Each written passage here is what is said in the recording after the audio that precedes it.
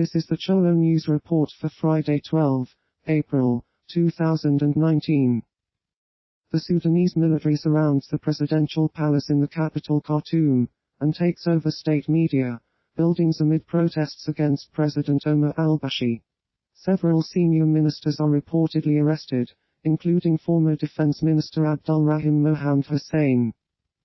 Thousands of Sudanese protesters rallied outside army headquarters late on Thursday, despite a nighttime curfew imposed by the military after it ousted President Omar al-Bashir following months of demonstrations. Cairo voiced its full belief in the ability of the brotherly Sudanese people and their loyal national army to overcome the challenges of this critical stage to achieve stability, prosperity and development, a foreign ministry statement said. Former President Omar al-Bashir arrested 2-year transitional period under military council closure of Sudanese airspace and all port for 24 hours dissolution of the constitution state of emergency. For 3 months release of all political prisoners curfew between 10 p.m.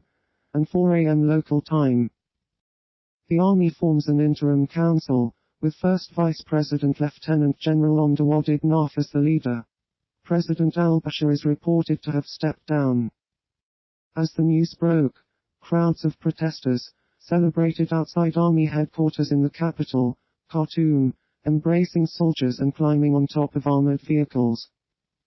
The Sudanese Professionals Association, which has spearheaded the demonstrations, and other civil society groups have made it clear they won't accept a cosmetic change.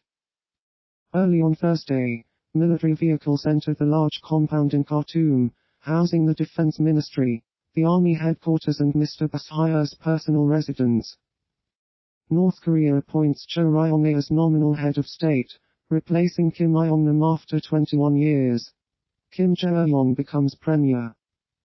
The North's Premier Pak Pong-ju has also been replaced with Kim Jae-yong, a senior member of the ruling Workers' Party of Korea, during the first session of the 14th Supreme People's Assembly held Thursday, the Korean Central News Agency said.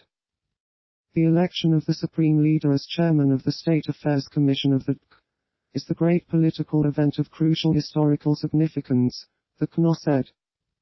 North Korea's top nuclear negotiator Kim Il-chul and others involved in February's second summit with the United States, including Foreign Minister Ri Yong-ho and Vice Foreign Minister Cho Sun-ae, were also elected as members of the State Affairs Commission.